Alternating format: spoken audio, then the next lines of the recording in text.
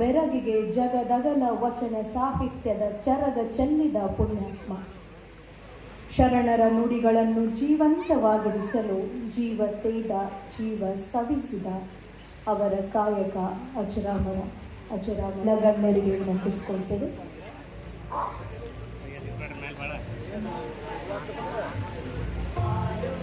ಮನವ ಅಳಿಸುವ ಆತ್ಮಜ್ಯೋತಿಯೇ ನೀನು, ಜ್ಞಾನದ ಜಾಗೃತಿ ಪ್ರತಿಜ್ಞೆಯ ಪ್ರತೀಕ. ಅಂಧಕಾರವ ಕಳೆಯುವ ಚೈತನ್ಯವೇ, ಆತ್ಮಶಕ್ತಿಯ ಬೆಳಕೆ ತಮ್ಮನ್ನು ತೊಳೆಯುವ ಅನ್ನವೇ. ನಮೋಸ್ತುತೆ,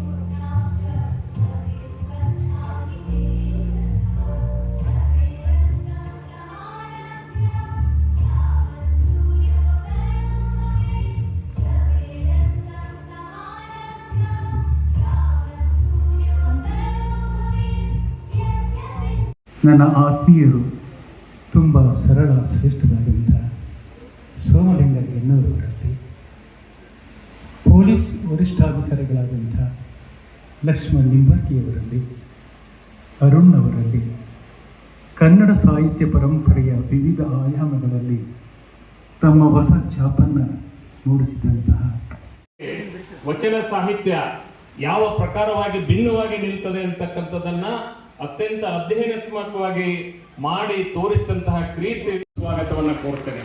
ಅವರಿಗೆ ಈ ಕಾರ್ಯಕ್ರಮವನ್ನು ಸಂಘಟನೆ ಮಾಡಲಿಕ್ಕೆ ಬಹಳಷ್ಟು ಯಶಸ್ವಿ ಮಾಡಲಿಕ್ಕೆ ಕಾರಣೀಕರ್ತರಾದಂಥ ಶ್ರೀ ಶರಣು ಸಬರದವರು ಬಂದು ಶ್ರೀ ಬೆಲ್ದಾಳ ಶರಣರಿಗೆ ಹೂಗುಚ್ಛವನ್ನು ನೀಡಿ, ಸ್ಮರಣಿಕೆಯನ್ನು ನೀಡಿ, ಪುಸ್ತಕವನ್ನು ನೀಡಿ ಸ್ವಾಗತವನ್ನು ಕೋರಬೇಕಂತ ಕೇಳ್ಕೊಳ್ತೇನೆ. DSP ಪೊಲೀಸ್ ಇಲಾಖೆಯಲ್ಲಿ ಓರ್ವ ಅಧಿಕಾರಿಗಳು, ಅವರು ಇನ್ನು ಅಣ್ಣ ಬಸವಣ್ಣನವರ ವಚನಗಳು ಏನು ಆಡು ಭಾಷೆ ಕನ್ನಡದಲ್ಲಿ ಅಂದು ಜನಸಾಮಾನ್ಯರಿಗೆ ತಲುಪಬೇಕು ಅಂತ ತಿಳ್ಕೊಂಡು ಬಸವಣ್ಣವರು, ಬಸವಾದಿಶರು ವಿಶ್ವದ ಪ್ರಪ್ರಥಮ ಪಾರ್ಲಿಮೆಂಟ್ ಅನುಭವ ಮಂಟಪದಲ್ಲಿ ಎಲ್ಲ ಕಾಯಕ ವರ್ಗದ ಶರಣರು ಕೂಡಿಕೊಂಡು ಈ ವಚನಗಳನ್ನ ರಚನೆ ಮಾಡಿ ತನ್ಮೂಲಕ ಒಂದು ಸಮಾಜ ನಿರ್ಮಾಣ ಆಗಬೇಕು, ಒಂದು ಸುಂದರ ಸಮಾಜ ನಿರ್ಮಾಣ ಆಗಬೇಕು ಅಂತ ಹೇಳಿ ಕನಸನ್ನು ಹೊತ್ತು ಅನುಭವದ ಮಂಟಪವನ್ನು ಸ್ಥಾಪನೆ ಮಾಡಿ ಇವತ್ತು ಲಿಂಗಾಯತ ಧರ್ಮವನ್ನು, ಬಸವ ಧರ್ಮವನ್ನು ಹುಟ್ಟು ಹಾಕಿ 12ನೇ ಶತಮಾನದಲ್ಲಿ ಒಂದು ಬಹಳ ದೊಡ್ಡ ಸಾಮಾಜಿಕ ಕ್ರಾಂತಿಯನ್ನು ಮಾಡಿ ಇವತ್ತು ಅಣ್ಣ ಬಸವಣ್ಣವರ ವಚನಗಳನ್ನ ಇಂಗ್ಲಿಷ್ನಲ್ಲಿ ಭಾಷಾಂತರ ಮಾಡಿ ಎಲ್ಗಾರ್ ಅವರು, ಬಸವರಾಜ್ ಎಲ್ಗಾರ್ ಅವರು ಮೈ ಮೀ ಈಸ್ ದಿ, ನನ್ನೊಳಗಿನ ನಾನು ನೀನೇ ಅಂತೇಳಿ ಈ ಪುಸ್ತಕವನ್ನ ವಚನಗಳನ್ನ ಅವರು ಇಂಗ್ಲಿಷ್ನಲ್ಲಿ ಅನುವಾದ ಮಾಡಿ, ಟ್ರಾನ್ಸ್ಲೇಟ್ ಮಾಡಿ ಇವತ್ತು ನಮ್ಮ ವಿಶ್ವಕ್ಕೆ ಅದನ್ನು ಬಿಡುಗಡೆಗೊಳಿಸಿದರು. ಬಹುಶಃ ನಾನು ಬೆಂಗಳೂರಿನಲ್ಲಿ ಕಾರ್ಯಕ್ರಮದಲ್ಲಿ ನಾನು ಇರಬೇಕಾಗಿತ್ತು. ಇಲ್ಲಿನೂ ಕೂಡ ನನ್ನ ಸಲುವಾಗಿ ಬಹಳಷ್ಟು ಅನಾನುಕೂಲಗಳಾಗಿದೆ. ಮತ್ತೆ ನಾನು ಕೈಗಾರಿಕಾ ಸಚಿವರಾಗಿ ನಮ್ಮ ಕೆಲಸ ವಿದೇಶಿ ಬಂಡವಾಳ ತರಲಿಕ್ಕೆ ನಾವು ಸುತ್ತಾಡಬೇಕಾಗ್ತದೆ. ಹಾಗಾಗಿ ನಾನು ಸ್ವೀಡನ್ ಮತ್ತು ಡೆನ್ಮಾರ್ಕ್ ಹೋಗಿದ್ದರಿಂದ ನನ್ನ ಸಲುವಾಗಿ ಸ್ವಲ್ಪ ಅವರಿಗೆ ಅನಾನುಕೂಲ ಕೂಡ ಆಗಿದೆ. ಇವತ್ತು ಐತಿಹಾಸಿಕ ವಿಜಯಪುರ ಜಿಲ್ಲೆಯಲ್ಲಿ ಬಸವ ಜನ್ಮಭೂಮಿಯಲ್ಲಿ ಇವತ್ತು ಈ ಒಂದು ಪುಸ್ತಕವನ್ನು ಪೂಜ್ಯ ಬಳ್ಳಾರಿ ಶರಣರ ಒಂದು ಸಾನ್ನಿಧ್ಯ, ದಿವ್ಯ ಸಾನ್ನಿಧ್ಯದಲ್ಲಿ ನಾವೆಲ್ಲರೂ ಕೂಡಿ ಇವತ್ತು ದಿವಸವನ್ನು ಇವತ್ತು ಬಿಡುಗಡೆ ಮಾಡಿದ್ದೀವಿ ಅಂತೇಳಿ ಬಹಳ ಹೆಮ್ಮೆಯಿಂದ ಸಂತೋಷದಿಂದ ಹೇಳಕ್ಕೆ ಬರುತ್ತೀನಿ. ಈ ಕಾರ್ಯಕ್ರಮದ ದಿವ್ಯ ಸಾನ್ನಿಧ್ಯ ಅನ್ವಯಿಸಿಕೊಂಡಂಥ ಬೆಳಗಾವಿ ಶರಣರು, ಬಹುಶಃ ಬೆಳಗಾವಿ ಶರಣರು ಒಂದು ಶ್ರೇಷ್ಠವಾದಂಥ ಒಂದು ಗ್ರಂಥವನ್ನು ತಂದಿದ್ದಾರೆ. ನಾನು ಕೊಟ್ಟಿಲ್ಲ, ಅದು ನಾನು ಸತ್ಯ ಹೇಳಿದೆ, ನೋಡಿದ್ರಿಲ್ಲ ನನ್ನ ಅಂತ ಅಪ್ಪ ನಾನು ನೋಡಿಲ್ಲ ಯಾಕೆ ನಾನು ಸುತ್ತಲೂ ಹೋಗಿದ್ದೆ. ಯಾಕೆ ನಾವೊಂಥರ ಕೋಆರ್ಡಿನೇಟರ್ ಇದ್ದಾನೆ ಶಾಪುರವರ, ನಾವು ಮಾಡಬೇಕಂದ್ರೂ ಕೂಡ ಮಾಡೋರಿಗೆ ನಾವು ಸ್ಫೂರ್ತಿ ನೀಡಬೇಕು, ಬೆಂಬಲಿರಬೇಕು ಅಂತೇಳಿ ನಾನು ಯಾವಾಗಲೂ ಆ ಒಂದು ಅವರು ಬೆಳಗಾವಿ ಶರಣರು ಒಂದು ಶ್ರೇಷ್ಠವಾದಂಥ ಗ್ರಂಥವನ್ನು ಇತ್ತೀಚೆಗೆ ರಚನೆ ಮಾಡಿ ಈ ವಚನಗಳ ಬಗ್ಗೆ, ಬಸವ ಸಾಹಿತ್ಯ ಬಗ್ಗೆ ಬಹಳಷ್ಟು ತುಲನಾತ್ಮಕ ಇದರಿಂದ ವೇದ ಉಪನಿಷದ ಎಲ್ಲ ನಡ್ಕೊಂಡು ಅವರು ಶ್ರೇಷ್ಠವಾದಂಥ ಒಂದು ಗ್ರಂಥವನ್ನ ರಚನೆ ಮಾಡಿದ್ದಾರೆ, ಬಿಡುಗಡೆ ಮಾಡಿದ್ದಾರೆ. ಆ ಬಿಡುಗಡೆ ಕಾರ್ಯಕ್ರಮಕ್ಕೂ ನಮ್ಗೆ ಏನಾದ್ರು ಒಂದು ಬಂತು, ಅದಕ್ಕೂ ಕೂಡ ನಾನು ಹೋಗ್ಲಿಕ್ಕೆ ಆಗಲಿಲ್ಲ ಅಂತ ಒಬ್ಬರು ತಿಳ್ಕೊಂಡಂಥವ್ರು ಶ್ರೇಷ್ಠ ಜ್ಞಾನಿಗಳು ಅದನ್ನ ಅಧ್ಯಯನ ಮಾಡಿ ಅವತ್ತು ದಿವಸ ಆ ಗ್ರಂಥವನ್ನು ರಚನೆ ಮಾಡಿದ್ರು.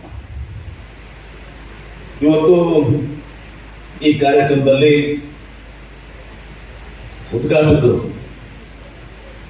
ಶ್ರೀ ಶಂಕರ್ ದೇವನೂರು ಅವರು ಬಹಳ ಸುಂದರವಾಗಿ ಮಾತನಾಡಿದ್ರು, ಅರ್ಥಪೂರ್ಣವಾಗಿ ಮಾತಾಡಿದ್ರು. ಅವರೆಲ್ಲ ಮಾತಾಡ್ತೀವಿ, ನಾವು ಮಾತಾಡಕ್ಕೆ ಸ್ವಲ್ಪ ಬಿದ್ದಿರ್ತೀವಿ. ಬೆಳಗಾವಿ ಶರಣರು ಆಮೇಲೆ ಶಂಕರ್ ದೇವನೂರು ಅವರು ಬಹಳ ಅರ್ಥಪೂರ್ಣವಾಗಿ ಮಾತಾಡಿದ್ರು. ಅವ್ರು ಹೇಳಿದ್ರು 10 ಗಂಟೆಗೆ ಪ್ರಾರಂಭ ಆಗಿದ್ರೆ ಇನ್ನೊಂದು ಸ್ವಲ್ಪ ವಿಚಾರಗಳು ಹೇಳ್ತಿದ್ದೆ, ತಡ ಮಾಡಿ ನೀವು ಸ್ಟಾರ್ಟ್ ಮಾಡಿದ್ರೆ ಕಾರಣ ನಾನು ಕೂಡ ತಡ ಮಾಡಿ ಬಂದಿದ್ದೀನಿ.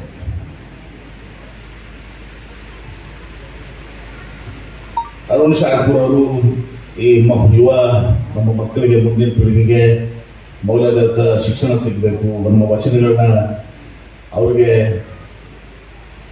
ತಿಳ್ಕೊಳ್ಳುವಂಥದ್ದು, ಅಭ್ಯಸಿಸುವಂಥದ್ದು ಆಗಬೇಕು ಅಂತ ಒಂದು ಆಶಯವನ್ನು ವ್ಯಕ್ತಪಡಿಸಿ ಬಹಳ ಒಳ್ಳೆಯ ವಿಚಾರವನ್ನು ಹೇಳಿದ್ದಾರೆ. ನಮ್ಮ ಮೌಲಾನ ಅಬೂಬಕರ್ ಬಹಳ ನಾವು ವಿಜಯಪುರದಲ್ಲಿ ಎಲ್ಲರನ್ನೂ ನಾನು ನೋಡಿದ್ದೀನಿ, ಅನೇಕ ಜಗದ್ಗುರುಗಳನ್ನ ಪೂಜಿಸಿದ ನೋಡಿದ್ದೀವಿ. ಆದರೆ ಮೌಲಾನ ಅಬೂಬಕರ್ ಅವರು ಬಹಳ ಶಾಂತ ರೀತಿಯಿಂದ ಸಂಘಟನೆ ಮಾಡಿ ಇಲ್ಲೇನೆ ಒಂದು ಒಳ್ಳೆ ನಾನು ಹೋಗಿದ್ದೆ, 2 ಸಲ ನಾನು ಹೋಗಿದ್ದೀನಿ. ಬಹಳ ವ್ಯವಸ್ಥಿತವಾಗಿ ಮಕ್ಕಳಿಗೆ ಮೌಲ್ಯಾಧಾರಿತ ಶಿಕ್ಷಣವನ್ನು ಕೊಡುವ ಮೂಲಕ ಅವರು ಕೂಡ ಯಾವ ರೀತಿ ಬಸವಣ್ಣವರು, ಬಸವಾದಿ ಶರಣರು ಕೆಲವೆಲ್ಲ ಮೂಢನಂಬಿಕೆಗಳು, ಅನಿಷ್ಟ ಪದ್ಧತಿಗಳನ್ನು ಮಾಡಬೇಕಾಗಿತ್ತು, ಅವರು ಇಸ್ಲಾಂ ಧರ್ಮದಲ್ಲಿ ಕೂಡ ಅಂಥವನ್ನ ಬಿತ್ತುವತ್ತು ದಿವಸ ಸನ್ಮಾನಕ್ಕೆ ಹೋಗಬೇಕು ಅನ್ನೋದನ್ನ ನಮ್ಮ ಮಕ್ಕಳಿಗೆ, ವಿಶೇಷವಾಗಿ ಮಕ್ಕಳಿಗೆ ಇವತ್ತು ಮಾಡ್ತಾರೆ.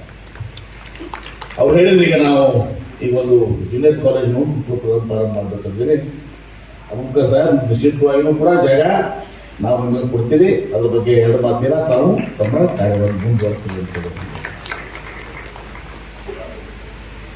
ಸಹೋದರಿಯಾದಂಥ ಶ್ರೀಮತಿ ಹೇಮಲತಾ ಅವರು ಬಹಳ ಅವರು ಕೂಡ ಸುಂದರವಾಗಿ ಮಾತಾಡಿದ್ರು. ಸಾಹಿತಿಗಳು ಇವರೆಲ್ಲರೂ ಇದ್ದಾಗ ಅವರನ್ನ ಮೀರಿಸಿ ಮಾತಾಡುವಂಥದ್ದು ಏನಿರಲ್ಲ. Actually I would like to be a very good listener.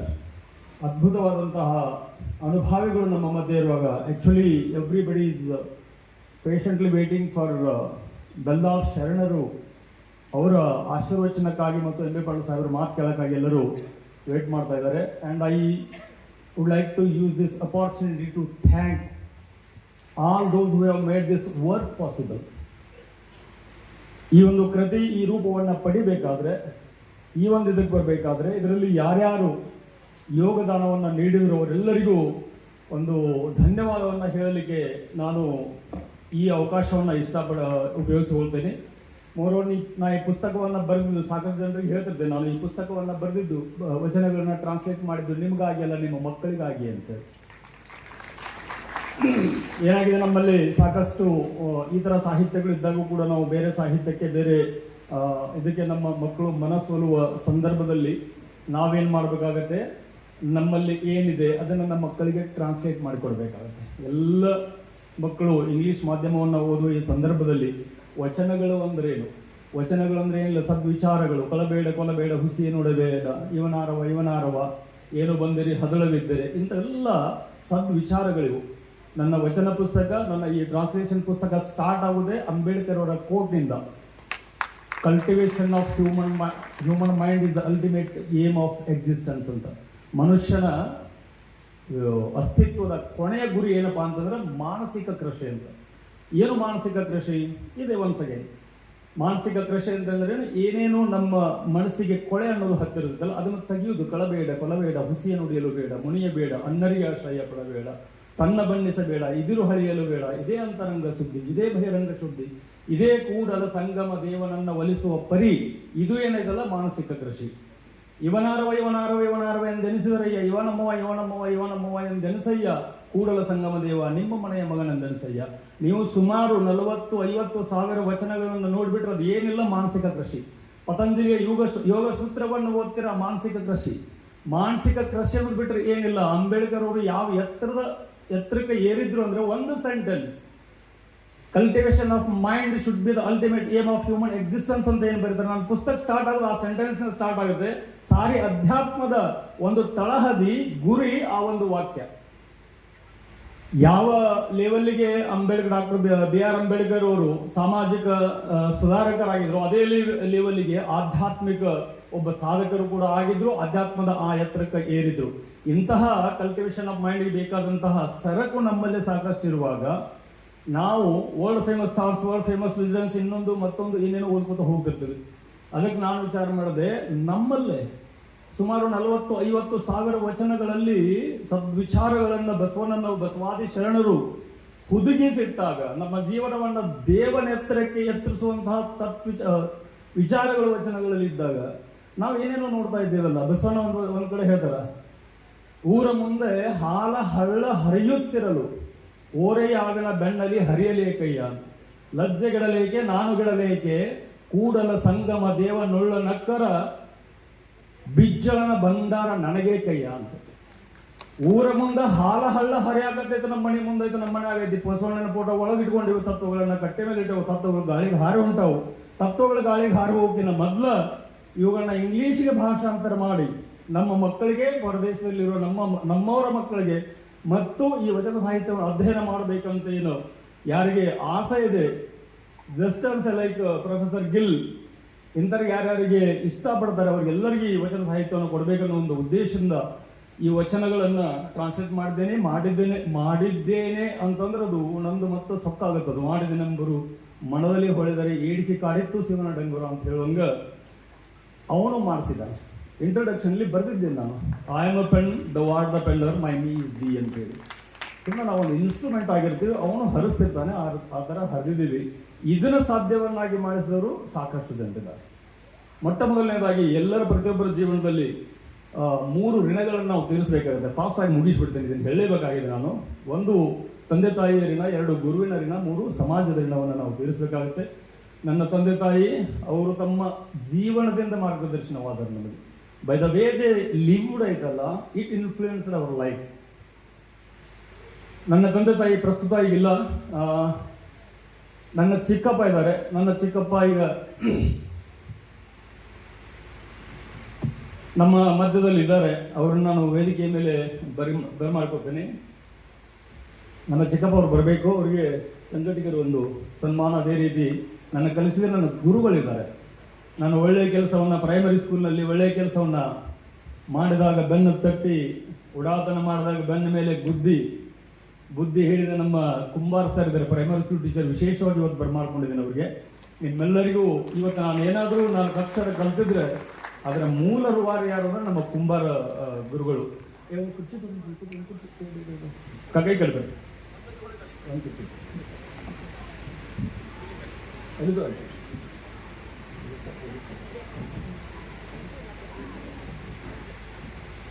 So YI Kumbar ಗುರುಗಳು ನನಗೆ ಪ್ರೈಮರಿ ಶಾಲೆಯಲ್ಲಿ 1ರಿಂದ 7ನೇ ತರಗತಿವರೆಗೆ ಶಾಲೆಯನ್ನು ಕಲಿಸಿ ತಿದ್ದಿ ಬುದ್ಧಿ ಹೇಳಿ ಈ ಒಂದು ಮಟ್ಟಕ್ಕೆ ಬರುವಲ್ಲಿ ಭದ್ರ ಅಡಿಪಾಯವನ್ನು ಹಾಕಿದ್ರು ನಮ್ಮ ಕುಂಬಾರ ಗುರುಗಳು.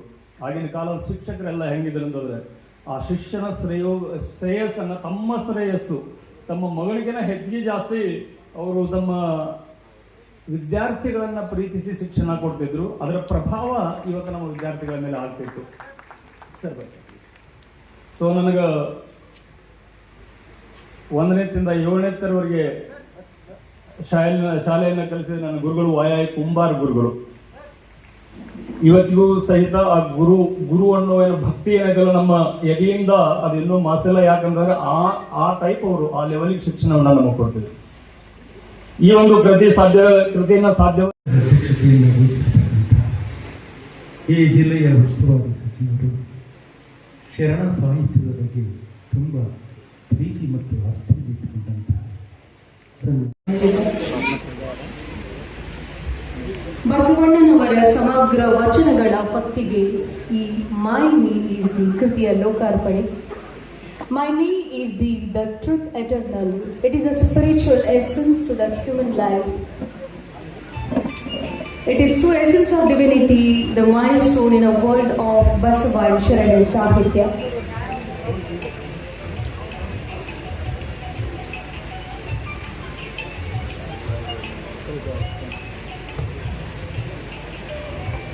My me is the ನಮುಖಿ ಬಸವಣ್ಣನವರ ವಚನಗಳಿಂದ ಹುಡುಕಿಗಳನ್ನು ಪಡೆದುಕೊಂಡಿದೆ. ಇದನ್ನು ಸಾಧ್ಯವಾಗಿಸಿದ ಶ್ರೀಯುತ ಎಲಿದಾಸ್ ಅವರಿಗೆ ಅಭಿನಂದನೆಗಳು. ಉದ್ಘಾಟನೆ ಕೃತಿ ಲೋಕಾರ್ಪಣೆ ನೆರವೇರಿಸಿದ ಎಲ್ಲ ಗಣ್ಯಮಾನ್ಯರಿಗೆ